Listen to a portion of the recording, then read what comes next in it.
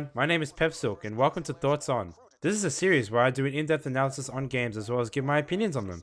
Today, we'll be looking at Borderlands 2. Borderlands 2 is a first-person role-playing looter shooter made by Gearbox and released on the 20th of November 2012. Now, I know what you're thinking. Pep, why are you looking back on a 7-year-old game? Well, this game is an absolute masterpiece and easily one of the best games of the last decade. Let me explain why. Let's start with the story. I'll let one of the game characters, Marcus, explain it to you. Oh, you want to hear another story, huh? One where the very fate of Pandora hangs in the balance. If not, too bad, I'm telling you anyway. First, there was the Vault, an alien prison opened with a mystical key.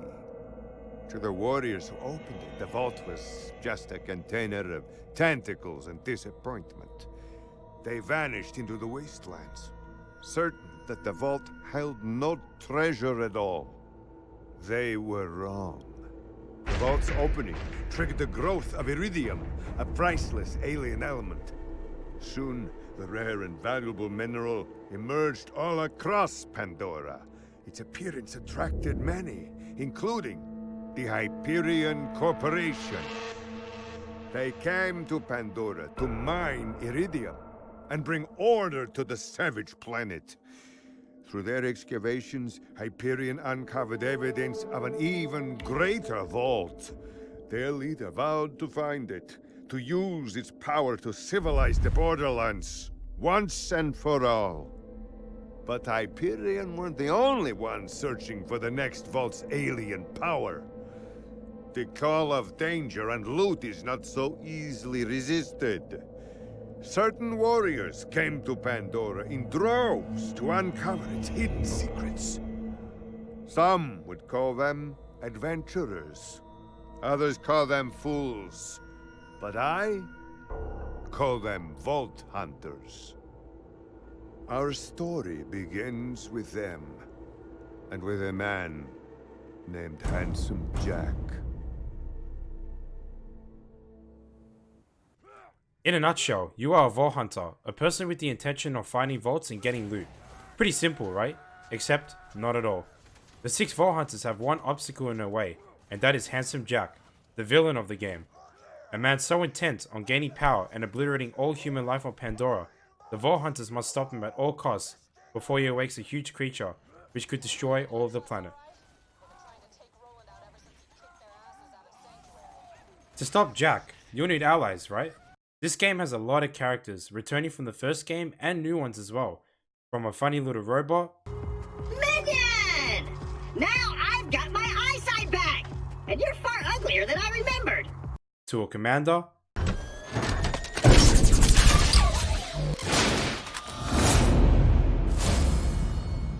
a gentleman... A pleasure to meet you, Vault Hunter. I am Sir Hammerlock. a bandit king... That was awesome! a freaking scientist... This lab smells of bacon. Bacon is for sycophants and products of incest. and more. Each character will play their own part in the main story, and you'll be recruiting people to help you stop Jack. Let's talk Vault Hunters. Axon is a soldier who utilizes explosives as well as a turret which you can deploy in the middle of a fight. It can be fitted with mods such as longbow technology and rockets. Zero is an assassin, kitted with the ability to go into deception, a mode where he gains increased gun and melee damage, depending on what you decide to use. Salvador is a gun lover with the ability to gun zerk, allowing him to dual wield any 2 guns he can think of.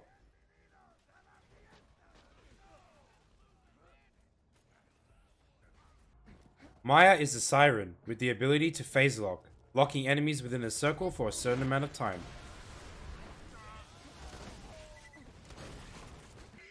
Gage is a Mechromancer who summons her robot pet, Deathtrap, who can unleash flurries of attacks with its claws and tank damage for you while you wreak havoc.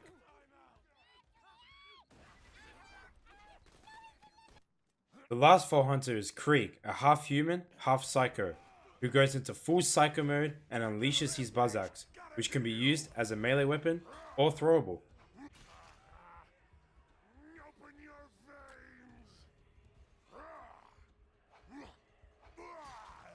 Each Vault Hunter has its own skills and upgrades as well as 3 skill trees. Characters can be built in many ways. For example, Salvador can do a pistol build which can increase his pistol's effectiveness as well as provide him with survivability so that he can withstand massive hits of damage. You can experiment and see what works for you. Characters also have their own backstory, which you can view from the moment you start the game. They each have an echo in their inventory. Into the recorder! You'll die before you reach the vault, you maniac. Before you can even get a whiff of its power, you'll be shot, burned, stabbed, and mauled to death 1,000 times over! I loved every part of that sentence. Thanks for the tip, amigo. It's a great way to also give players an incentive to listen and learn what they can about the character that they're about to play. It works for a game like Borderlands since backstory doesn't go into further detail apart from the echoes. Off your men, off of women and all the children, you're all gonna burn. Ah! What was that? I couldn't hear you over the sound of your arm breaking. Now on to enemies. You'll be fighting many kinds of enemies in Borderlands 2, from humans to creatures,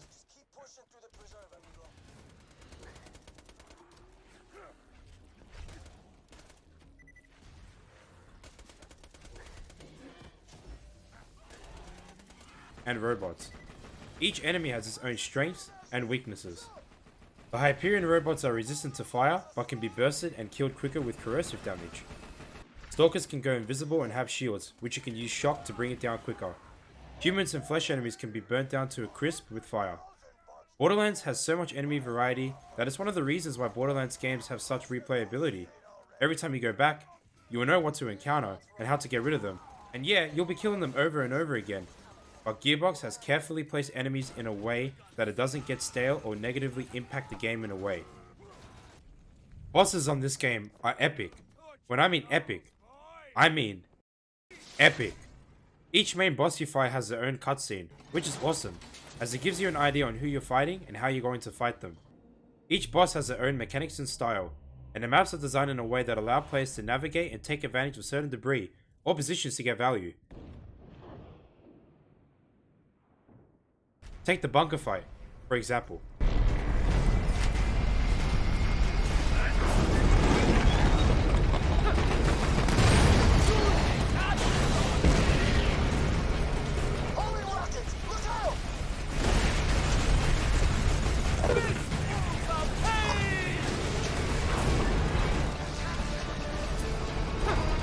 Each boss is designed to be unique, so not one boss is similar to another.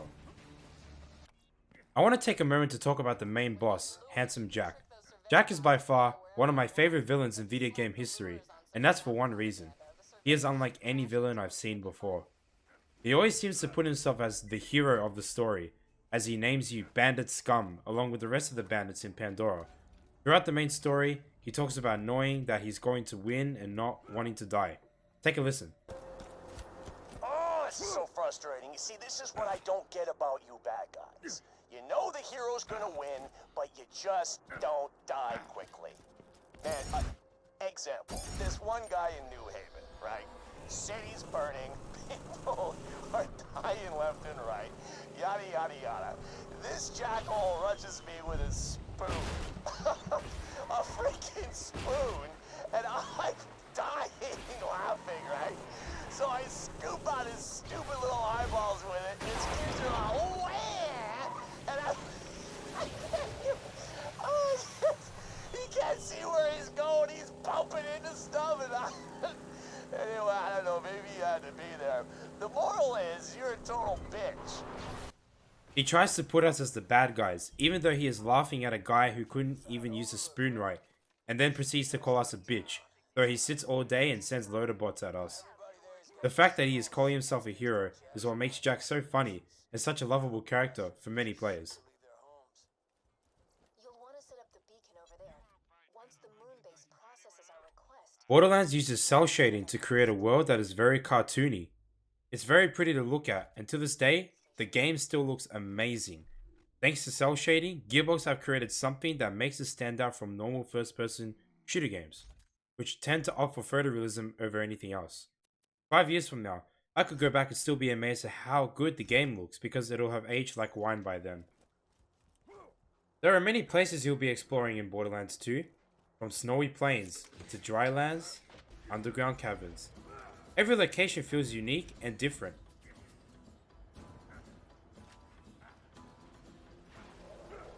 Take the time to just absorb and look at how wonderfully detailed the world is. Oh, oh, full on. Oh, perfect double rainbow all the way. It is a breath of fresh air to see environments like these in cell shade instead of realism. On. Oh.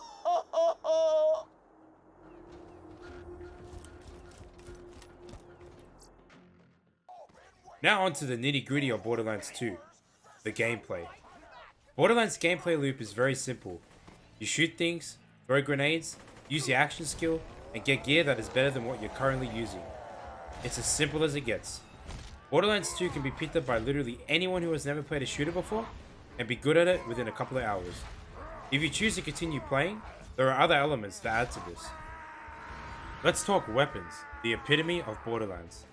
Borderlands is known for its bazillions of guns, and Borderlands had a whopping 16 million guns. 16 million. That's a lot of freaking guns. Borderlands 2 expands even further, at least doubling that amount and having way more variety than the first game did.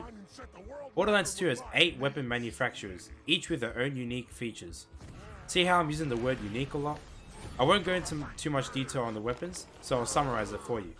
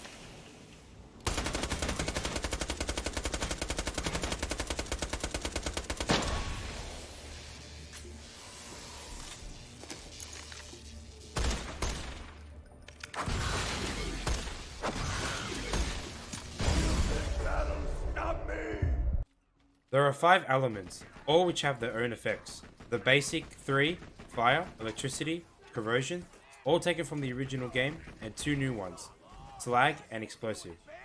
Explosive is all around damage and can basically hit any enemy, without the need of worrying about resistances.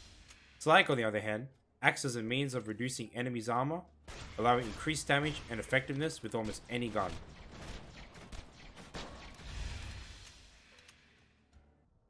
There are many pieces of gear you can obtain throughout the game. Relics and class mods give you character bonuses such as max health, health regen, increased elemental damage, extra points on skills, and more. Grenade mods alter your grenades by giving them special effects. Shields give special bonuses such as melee damage, tracking shots, and nova shields. They change the way that you play and affect endgame builds immensely. Speaking of endgame, how does it work? There is a Digistruct peak, where every completion grants you an overpowered level, making enemies a lot harder but get better loot. There's also raid bosses, which provide a challenge, but also unique pieces of gear that can only be dropped from them. You can also farm bosses for specific pieces of gear that you might need for your build, but that's about it. Farm, kill, rinse, repeat. You can also collect heads and skins, which can drop from many sources. Heads and skins can also be bought from the in-game store. Besides the end game, there is plenty of content you can tackle through. There are 5 expansion DLCs, the Ultimate Vault Hunter upgrade packs that increase your level cap, and Headhunter packs, 1 to 2 hour long DLCs where you can obtain a head after completing and killing the boss within that pack. These can expand your game time by at least 100 plus hours, provided you complete everything. What I love about the content on this game is that you don't just get story content and side missions, you also get new items and weapons, which expand upon the millions of weapons and items that are already in Borderlands 2. It's honestly great, and I highly recommend you get them if you want to spend more time on the game. Also, I forgot to mention that Gage and Krieg are DLC characters, but you don't have to buy them if you don't want to, as you will get enough fun and enjoyment with just the 4 characters. Borderlands is an amazing game with so much variety and replayability. Its simple systems allow for players to get hooked for hours on end, and the DLCs are all worth full price. The only thing I found lacking was the endgame content, but it could definitely be excluded here, as there are 6 Vault Hunters you can play for crying out loud. Its design will never make the game look old, and still has a great player base 7 years after its release. I highly recommend getting it on sale with the Borderlands The Handsome Collection, which costs roughly about 90 to 93% off on Steam. I'm not sure about the Xbox One or PS4, but if it does go on sale there as well, buy it. It also comes with Borderlands the pre-sequel and all of its DLCs, as well as all heads and skins. Thank you all for watching. I hope you enjoyed this video. If you did, like and comments would be greatly appreciated. Subscribe for more, and I'll have more coming to you soon.